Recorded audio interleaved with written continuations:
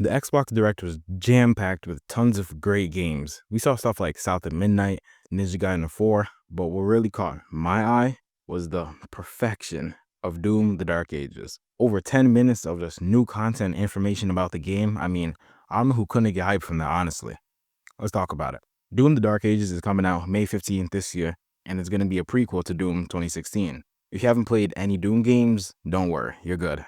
It's still a great time to jump in. We clearly see that it's going to be more of a medieval theme with all of the architecture, and it's just overall vibe, honestly.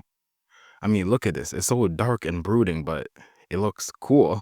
Even though we got set back a couple hundred years, it doesn't stop them from introducing some cool new weapons. One thing they made abundantly clear is that there will be a big emphasis on standing and fighting.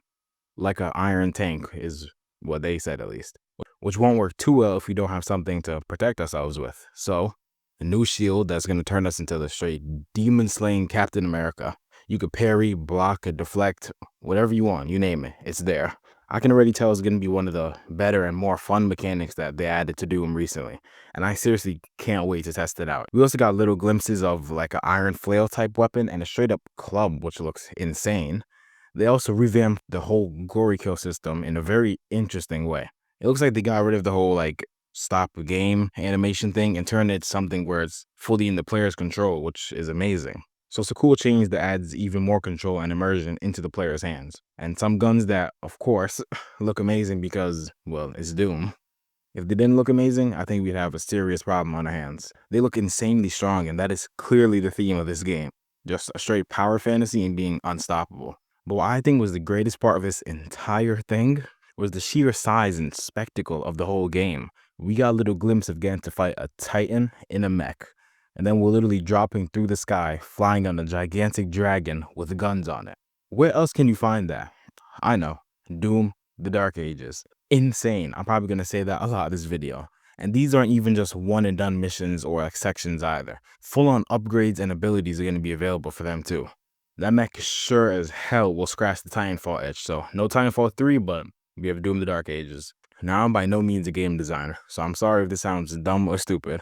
I'm just a guy who plays games and wants to make videos about them. But something that I think would be really cool is if for the huge mech suit, instead of having just one regular mini skill tree, we would instead have two different paths that branch off, where one would focus on being that big, strong, brute, iron tank that, you normally expect with these heavy and powerful attacks, but also a different path that will let you be, slightly more agile and use quicker attacks. I know that is a lot to ask for, especially when it's clear they put so much effort into this mech already. And I'm sure it's going to be great with whatever they do, but I just think it's a pretty neat idea, and I like to see something like that, One other thing I want to tackle, though, is I've seen some people say they don't necessarily like the whole stand and fight aspect. And people are, of course, entitled to their own opinions.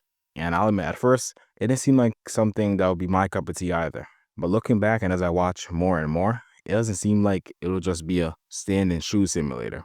Yeah, I believe it'll be, a pretty integral part in the entire game's combat, but movement options definitely will be there, but it won't be as important as it was in Eternal. And while I know that that was one of the core aspects of Doom Eternal, you guys can't tell me the game doesn't look like it still won't be like fire. Come on now. It will be different, yes, but based off the track record, I think I'm willing to give them the benefit of the doubt and say the combat will still find a way to be just as fun.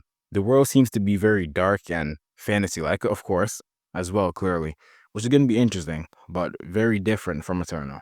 I'm not sure how different, but we'll see in a little bit.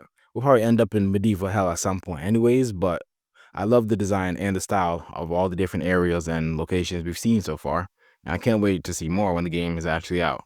And while I was never super into soundtracks in games, back when I played Eternal especially, it still was great as far as I remember, and I know people absolutely love the music in this series. Based off what I heard towards the end of the gameplay overview as well, I'm sure you metal fans are going to eat good when the game comes out. But with that being said, that's just my thoughts on everything with Doom: The Dark Ages. If you guys are interested in the game, it'll be out May 15th for everyone to play, and it'll be available day one on Game Pass, so cool beans. Other than that, have a great day, everybody, and make sure you stay very, very loving.